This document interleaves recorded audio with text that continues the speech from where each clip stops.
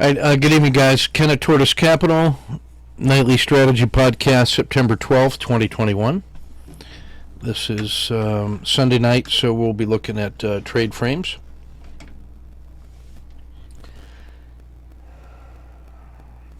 Let's see here. Let's get this going.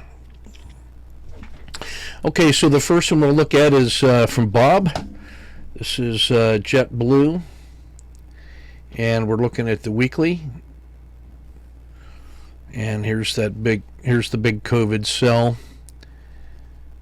There's a COT of 2 on the weekly. Notice how good the weekly PSAR is.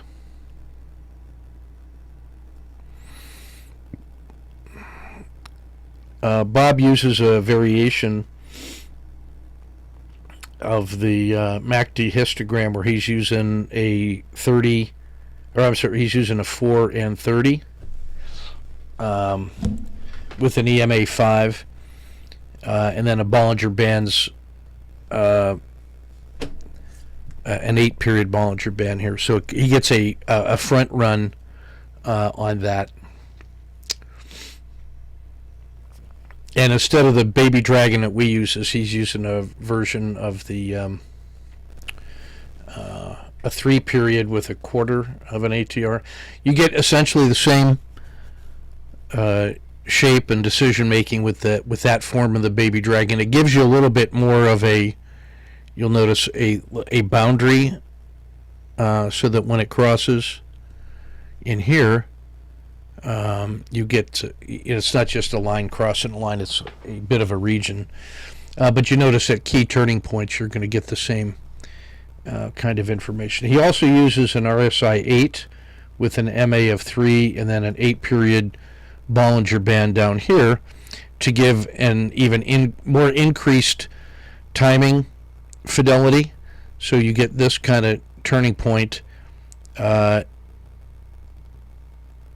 Instead of this failing as it did, that move is starting to flatten out, and that's reflected in the 8-period RSI here. And then he's shown 2 extremes.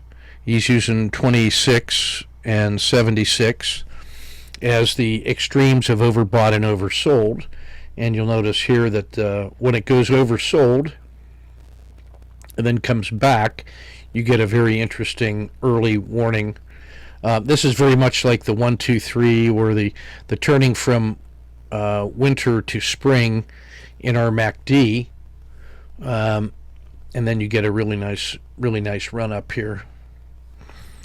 So this one sets up a really nice trade frame on the weekly. This is a relaxed way to find oversold conditions where they have started to stabilize sufficiently.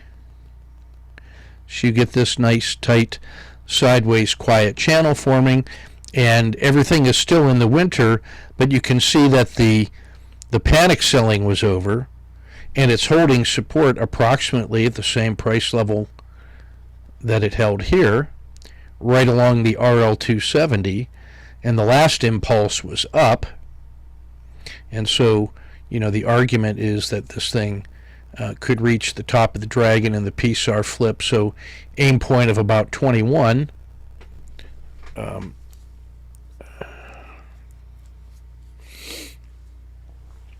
He's also looking at a return to this price level of, call it 18.5, as a reasonable upside, which was also this price support historically. So if you're getting this entry somewhere around, call it 15, and you're looking to capture 18, that's plus $3 on 15, is you're looking at a 20% gain, reasonable, and then really only about a maybe a 50-cent risk. So $3 on a 50-cent risk is looking at a relaxed 6-to-1 reward to risk. And the fact that it hasn't been in this condition very long, or too many times suggests that this is an important turning point. So that's what a low risk idea looks like on one of the longer terms. So nice work on JetBlue.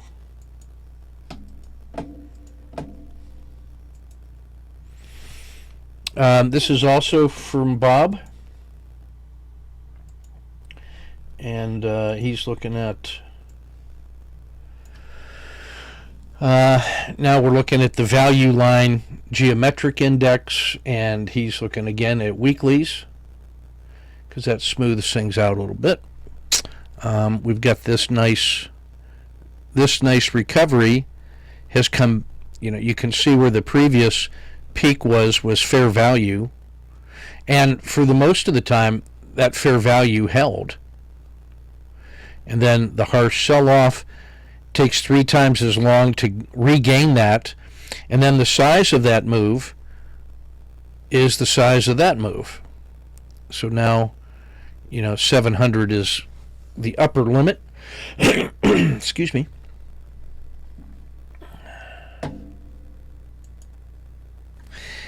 And we've got a rising triangle, a rising lows, and a flat upper limit. So the logic would be the easier move to believe in would be a return back to about 550, and that would be consistent with the fear-mongering that's out there on, this market has been too good for too long and it's due for a break. Well, in this case, the break would be short at 655, and there's 600 and 550, so these are about $25 increments. So that would be about 625, 600, 575, and 550 as downside moves. And if you were risking $25, that gives you 100 of downside. So it's 4-to-1 for the downside trade. The upside trade, if you'd have to get inside this, because if you waited to about 675, you've only got you're betting on unlimited upside gains, and I think I actually wouldn't mind waiting for that to happen, because there's an awful lot of resistance that it has to get through here. So I'm not in a hurry to get the upside on that one, such a broad index.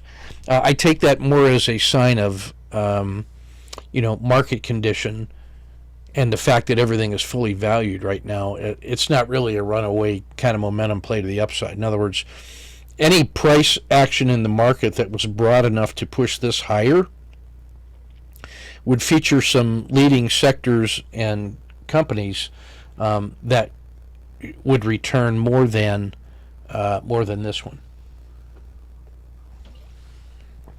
So I really take this more as a sign of potential strength or weakness in the market, more like a market classification, if you will. Still, the downside looks to me to be more present or more likely. All right, next one up.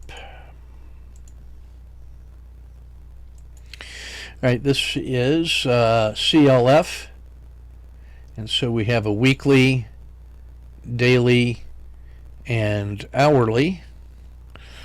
Pretty strong support here around 2330. It has stretched as high as 2430, and now has pulled all the way back and is trying to find support around 2320 for that next run up. At the same time, anything below 2330 should be taken as a downside, and then adding a second position here at 2275. All of that looks reasonable.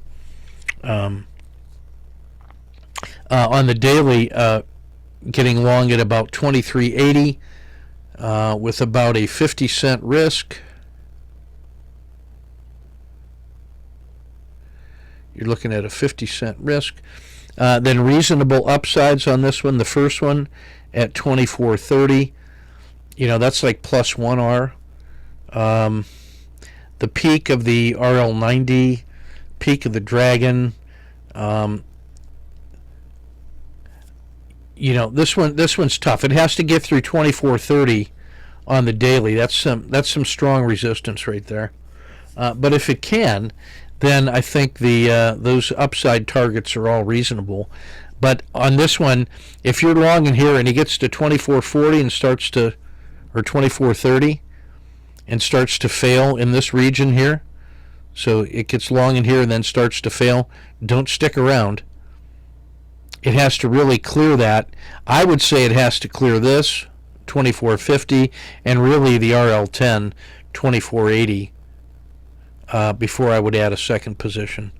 So I think you could trade this tactically from here, that's fine, but single position only until it really clears this price level here.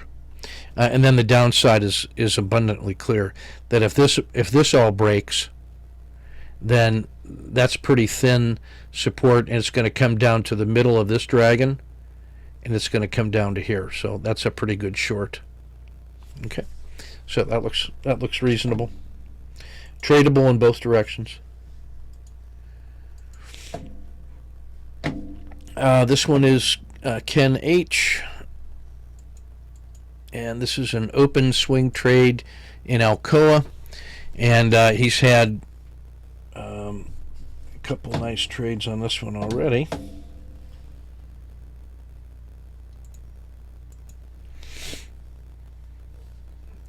So he's made bank here. This was a good scratch. Probably missed the re-entry. Good scratch. And now he's got this Kata 2. Notice how this is wanting to go north. That's a reasonable re-entry. He was waiting for it to clear the RL10 and the dragon resistance, and now he's in the money. He's raised his stop to 48.48, so he's no lose plus dinner for two in here. That's what he's already captured that. So all this has to, I would say, if it gets above, we're going to call that about 49.60. This is where I would add that second position, because that is free and clear at 49.60 right about in here. And then if it gets above about 50.2, that thing is long gone. So I really like that posture. He's eliminated his risk with his no lose plus dinner for two. He's in perfect shape. Well done. He keeps firing at it with managed risk. Pretty good stuff. This one is open in GDRX. And that's the GoodRx Pharmaceuticals and Health Services. He's been making measured gains on this one. This one was in good shape. He got, one entry and then a second entry and a great exit. And now that's this one here. This trade is that trade. He sees the Kata 2 forming. He gets the bottom of the dragon on the re-entry. This feels pretty good. As soon as possible, I would get this up to no lose plus dinner for two. As soon as this takes out 43 and a quarter, you could even think about a second position on this, because that's an all-time high, and that's just going to go. No resistance overhead. So I would play this piece carefully here. I wouldn't let it get below 41.74, and but I'd be looking to get that second position in quick if we see any kind of strength in that market at all. So that looks good.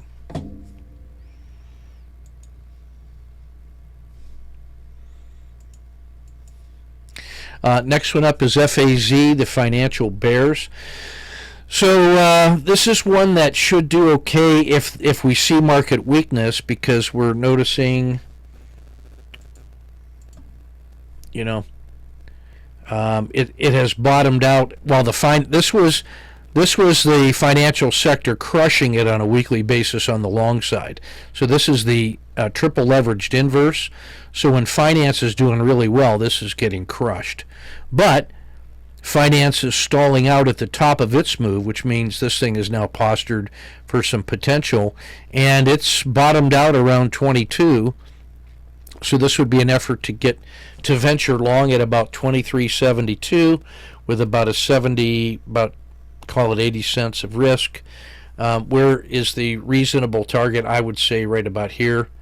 That's where the next strong resistance is, 26.75, and that's plus $3 over an 80-cent risk. That's almost 4-1. So I like that. This is one I would be cautious of, though. If it gets halfway up the stack and starts to roll over here, then I would cash that. I think I'd keep just one position on until it breaches about 26.50. This is where I put the second position on up in here. I just want to trade one position. It can get there pretty fast, but again, you're betting on what had been a really strong sector, or you're betting, what I should say, you're betting against a really strong sector in what has been a bull market where they've been printing money left and right. So, yeah, let's see it get above both of these resistance levels and get up to 26.25. You know, that's right up in here before you get that second position. And just treat this all as one scoop and be ready to bail at 24.5 if that's not working. And then if it does get there and starts to fail, that should tell you should be looking at FAS for strength in the finance sector. So be ready for that one.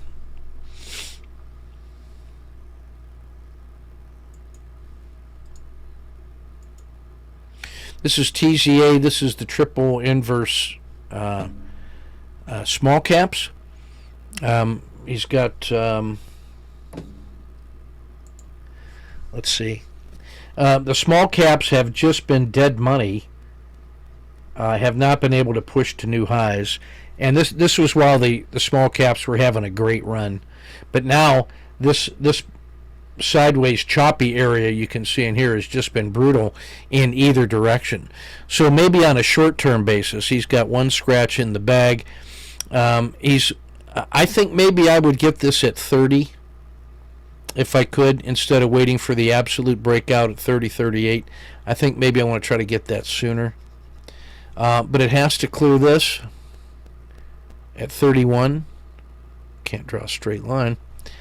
But if that clears, then it should get through. This is a gap region here. So if it gets through here, it should get to 33.5 pretty quick. So that's worth one. That would be a high pry if you saw market weakness. And so what you would want to see is SPY failing. You'd like to see IWM failing harder, and then TZA, the triple inverse, should do really well. So you want to see both of those conditions: the broad market failing and the Russell doing worse. Then TZA is your target.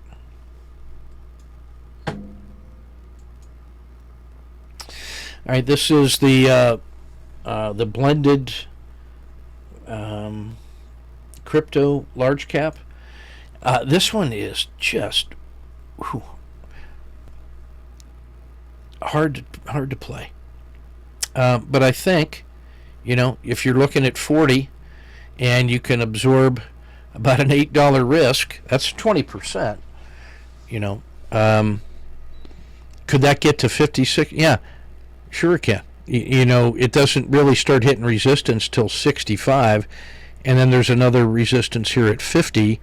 So, yeah, he's waiting to see 40 for that breakout. I am almost tempted to get this right in here, that if this holds that strong support and getting at 35 with half a position and then the second position at 40, I think I'm ready to do that. Because as fast as this thing moves, you'd like to be locked in at 35, is my thought. So give that some thought. Now the downside of this one is also easy to see, but the cryptos were pretty resilient. last week while the market was showing weakness. There was a strong sell-off here, but it held strong support in there. Take a look at Ethereum too, Ken. That one I think is even better than GDLC. That showed more resilience on Friday.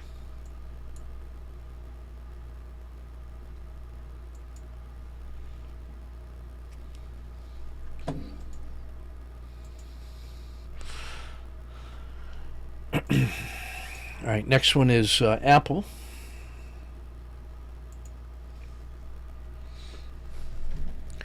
This grinding on the weekly was resolved to the upside. That weekly grind looks like this, and was resolved to the upside until Friday, when the bad news from the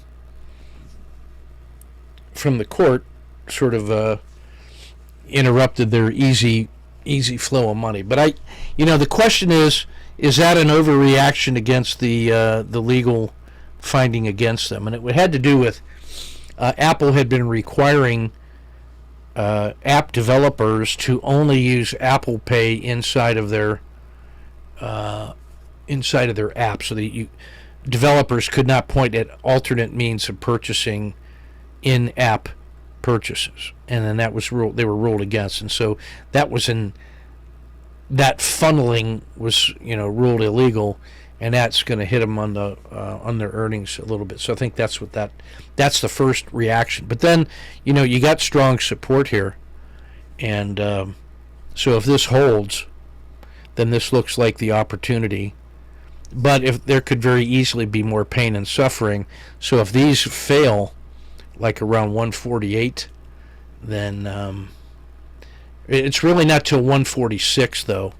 This has to fail. 146 has to fail to make that the new upper limit, and then all of these earnings are in jeopardy.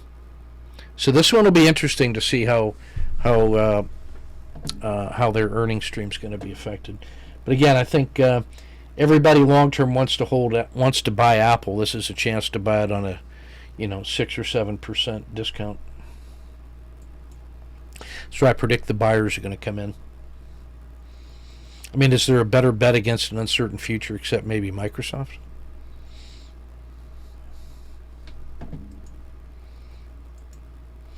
All right, here's MATX, Matson Inc., an industrial sector with shipping and ports.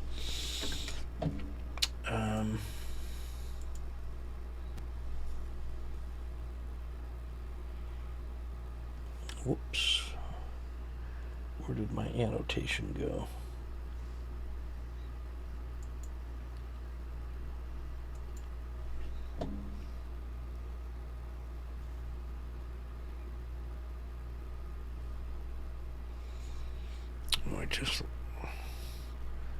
Where did my annotation go? Stand by.